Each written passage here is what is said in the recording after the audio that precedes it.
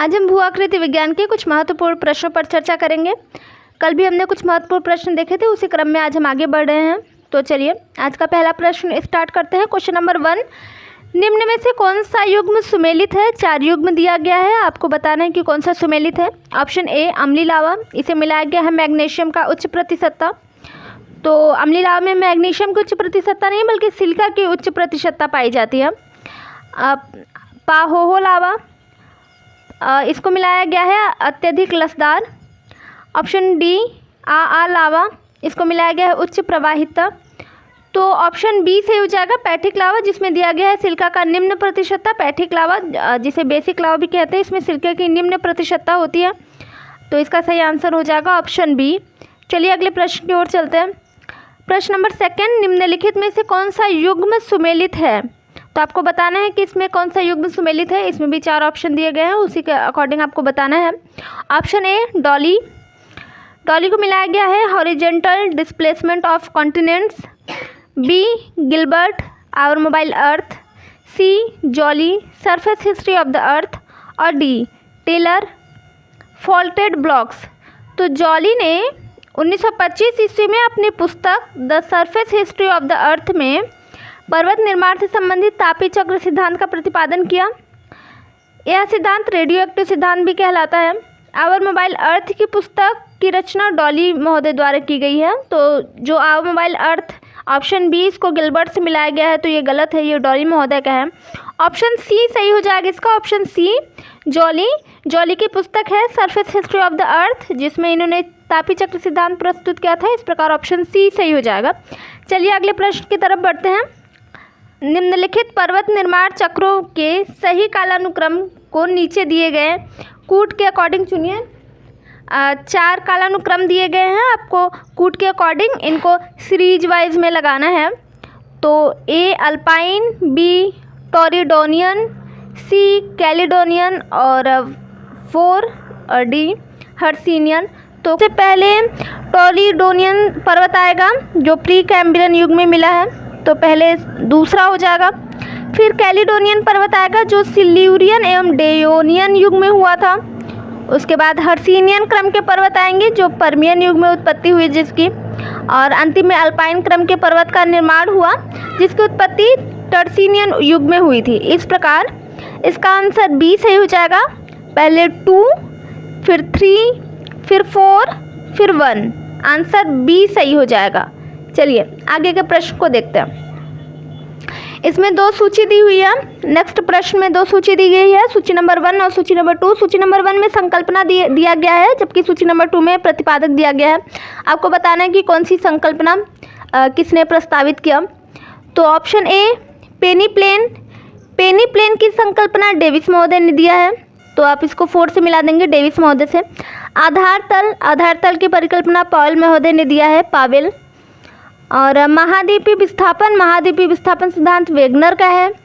Plate विवर्तनिकी, ये Harry हेस द्वारा प्रतिपादित किया गया है। तो इस प्रकार इसका कूट को अगर हम देखेंगे तो इसका आंसर सी सही हो जाएगा। ए का 4, बी का ए, सी का 2 और डी का 3, तो ऑप्शन सी सही हो जाएगा।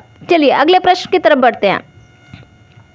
नेक्स्ट प्रश्न है, प्रेक्षित गुरुत्वमान और स्थलाकृति हेतु संशोधन के उपरांत प्राप्त परिकलित गुरुत्वमान के बीच के अंतर को क्या कहा जाता है? तो बाउगर असंतति एक गुरुत्वाकर्षण असंतति है जिसे सर्वप्रथम पी बाउगर ने 1735 में प्रेक्षित किया। इसका कारण समस्थितिकी समायोजन है। पर्वतीय क्षेत्रों में पृथ्वी की भूपर्पटी के द्रव्यमान में कमी के कारण यह असंगति उत्पन्न होती है। इस प्रकार इसका आंसर बी हो जाएगा, बाउगर असंगति। आंसर बी हो जाएगा, बाउगर असंगति। चलिए अगले प्रश्न की तरफ बढ़ते हैं।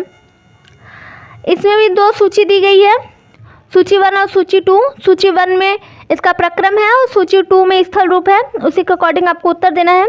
चलिए ए स्थायी तुषार, तो स्थायी तुषार को आप पिंगो से मिला देंगे। पिंगो से स्थायी तुषार से पिंगो नामक स्थलाकृति बनती है। पटल विरूपण, पटल विरूपण से हॉस्ट बनता है।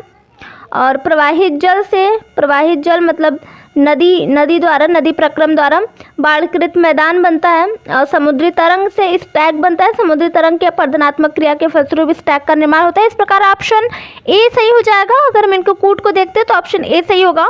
ए का 2, बी का 4, सी का 1 और डी का 3, इसका ऑप्शन ए सही हो जाएगा। चलिए अगले प्रश्न की तरफ बढ़ते हैं। अगले प्रश्न में भी 2 सूची दी गई है, सूची 1 और सूची 2। सूची 1 में प्रतिपादक दिए गए हैं और सूची 2 में उनकी संकल्पनाएं दी गई है, आपको मिलाना है। तो ए होम्स ने जो सिद्धांत दिया था वो भूसन्नति के कारण बताया था। इन्होंने भूसन्नति के क्या कारण हैं ये होम्स महोदय ने बताया था।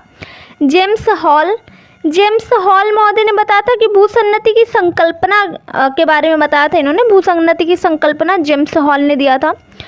कोबर महोदय ने भूसन्नति इतिहास की अवस्था में बताया था। इन्होंने बताया था कि कैसे भूसन्नतियों का निर्माण होता है, इतिहास क्या है इसका, ये बताया था इन्होंने।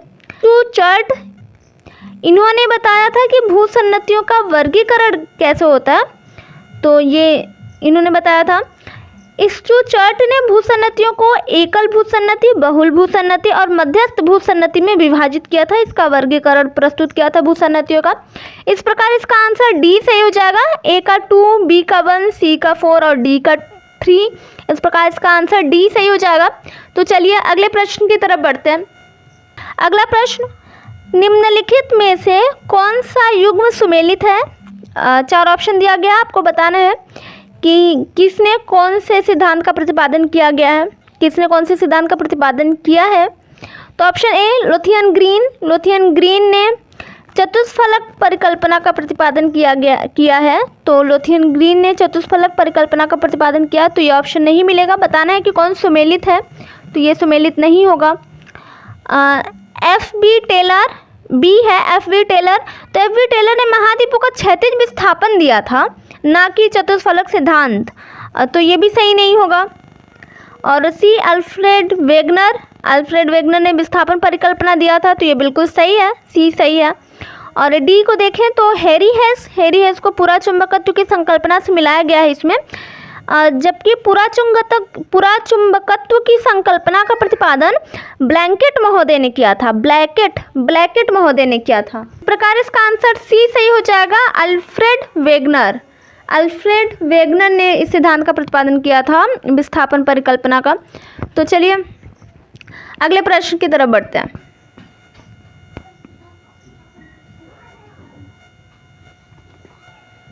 चलिए अगले प्रश्न की तरफ बढ़ते हैं।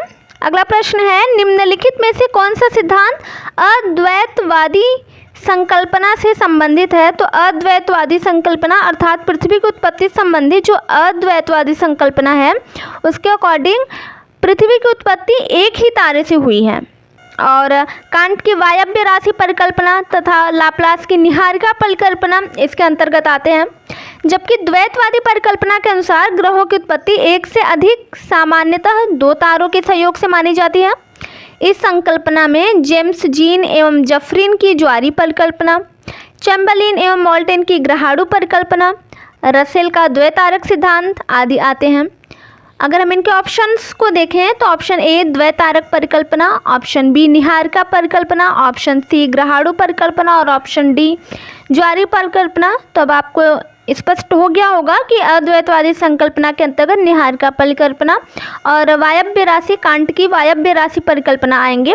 तो इसका आंसर हो जाएगा बी निहारिका परिकल्पना, आंसर बी हो जाएगा। चलिए अगले प्रश्न की तरफ बढ़ते हैं। अगला प्रश्न, निम्नलिखित या निम्नांकित में से किस विद्वान ने संतुलन पर विचार एयरी से मेल खाते हैं? किस विद्वान के संतुलन पर विचार एयरी से मेल खाते हैं? Option A Bowie, option B Hayford, option C Holmes और ऑप्शन डी जॉली।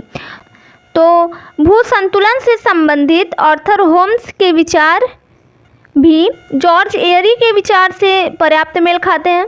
एयरी की तरह होम्स महोदय ने भी स्वीकार किया है कि ऊंचे पर्वतों की रचना हल्के पदार्थों से होती है तथा उन्हें संतुलन रखने के लिए उनका अधिकांश भाग अधिक गहराई तक डूबा रहता है। इस प्रकार इसका आंसर सी सही हो जाएगा।